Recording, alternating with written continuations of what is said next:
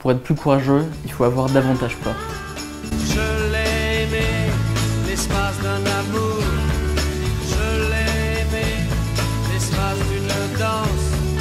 Je l'ai aimé, l'espace d'un jour. Je l'ai aimé. Vivre, c'est rechercher plus d'incertitude et plus de danger dans sa vie. Celui qui cherche à limiter l'incertitude et limiter le danger n'est pas vraiment en vie, il est déjà un petit peu mort. La peur, c'est avant tout une peur de l'incertitude. Un homme qui est condamné à mort peut être parfaitement détendu, parce qu'il sait ce qu'il attend et qu'il n'y a aucune incertitude. Cette peur de l'incertitude, qui est à la base de toutes les peurs, n'est pas du tout une peur naturelle. Les enfants n'ont pas peur, ils sont beaucoup plus courageux, ils prennent beaucoup plus de risques et on leur apprend à avoir peur. La peur de cette incertitude par rapport à l'avenir, elle n'est pas du tout naturelle, c'est quelque chose qu'on apprend. C'est quelque chose qui a lieu dans l'esprit, dans les pensées. Celui qui n'a pas d'esprit, qui n'a pas de pensée, ne peut pas avoir peur. Pour désapprendre la peur, il faut désapprendre à penser. En Occident, beaucoup de gens recherchent la paix de l'esprit. Mais c'est impossible, il ne peut pas y avoir de paix s'il y a un esprit. S'il y a un esprit, il y a des pensées, et il y a forcément de la peur, et en particulier la peur de l'incertitude. Et en plus, celui qui recherche la paix de l'esprit est certain de ne pas l'obtenir. Parce que c'est son objectif et qu'il fait tout pour l'obtenir. La paix intérieure s'obtient justement en acceptant l'incertitude, en acceptant le chaos. On ne peut pas vraiment combattre la peur parce que la combattre, c'est toujours la renforcer. Tout ce qu'on peut faire avec la peur, c'est l'accepter. Et quand tu acceptes cette peur, tu peux retrouver l'innocence de l'enfant. Les moines zen parlent de retrouver son visage originel, le visage qu'on avait avant même la naissance. C'est le visage que l'on a quand on est parfaitement relaxé, qu'on n'est pas influencé par la pensée des autres.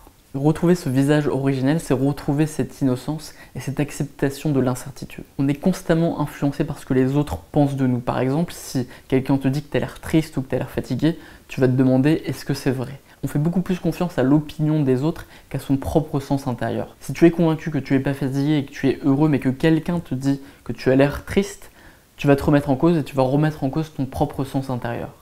Pourtant, si tu es convaincu que tu es heureux et que tu es en forme, tout ce que te disent les autres ne peut absolument rien changer à ta réalité intérieure. De la même manière que Marc Aurèle écrivait dans Les Pensées à moi-même qu'un émeraude reste un émeraude quoi qu'on dise sur lui, ton âme reste ce qu'elle est, quoi qu'on pense d'elle, quelles que soient les opinions sur elle. Retrouver son innocence et son courage d'enfant, c'est faire beaucoup moins confiance à l'opinion des autres et faire confiance à nouveau à ce sens intérieur. Si tu vois ce livre comme étant de couleur rouge et que tu le ressens et que tu le vois comme ça, il n'y a rien que je puisse te dire qui remettra en cause cette réalité.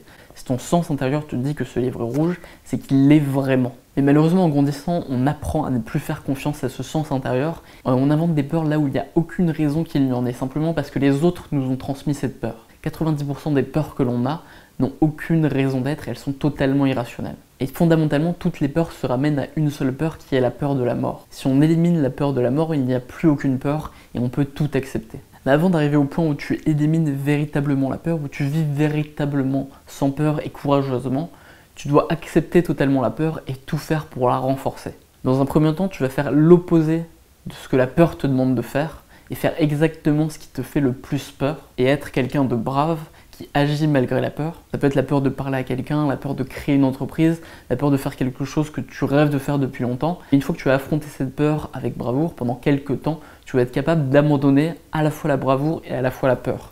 Parce que la bravoure, qui est le fait d'affronter sa peur, c'est pas le véritable courage. Quand tu fais l'opposé de ce que la peur te commande, tu restes en quelque sorte soumis à la peur. Et celui qui est véritablement courageux et qui est véritablement innocent abandonne à la fois la peur et la bravoure. Une manière d'éliminer la peur, c'est aussi d'augmenter l'amour que tu as. Quand tu ressens de l'amour, quand tu agis pour les autres, quand tu agis véritablement par amour, il n'y a plus de peur. Alors si vous n'avez pas aimé ce livre, vous pensez sûrement que la vraie force de quelqu'un, c'est de jamais montrer ses faiblesses, surtout pas.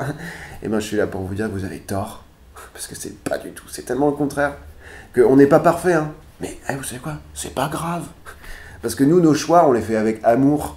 T'as l'amour ou t'as la peur, hein. Tu choisis. Et la peur, mauvaise conseillère. Surtout pas. Sauf si, je sais pas, t'es dans la savane, t'as un gros tigre qui te poursuit. Ah ouais, vaut mieux avoir les ch'touilles, ouais. Mais sinon, non.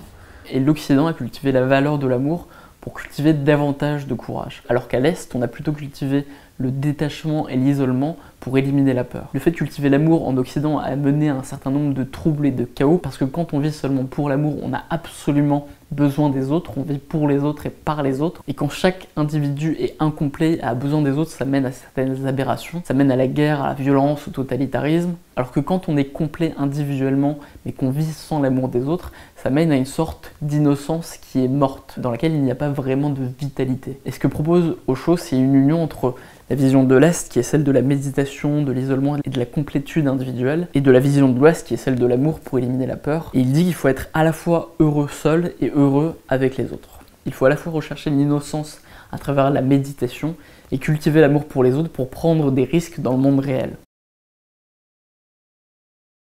Vous venez de voir la 29e vidéo de mon projet 30 jours, 30 livres qui consiste à lire et résumer 30 livres de développement personnel en 30 jours. Le livre, donc c'était Courage, The Joy of Living Dangerously de Osho. C'est un livre très intéressant, vous pouvez le lire si le sujet du courage vous intrigue. Dans le livre, il y a beaucoup d'histoires, de citations, il y a beaucoup de questions de religion aussi, il y a des critiques de religion, donc il faut être assez... des questions aussi un peu de réincarnation, donc il faut être un peu tolérant quoi, si vous voulez lire ce livre. Il faut être un petit peu ouvert. De manière générale, j'aime bien Osho. Vous pouvez regarder n'importe quelle vidéo, n'importe quel livre de lui, il aime bien choquer, dire des choses.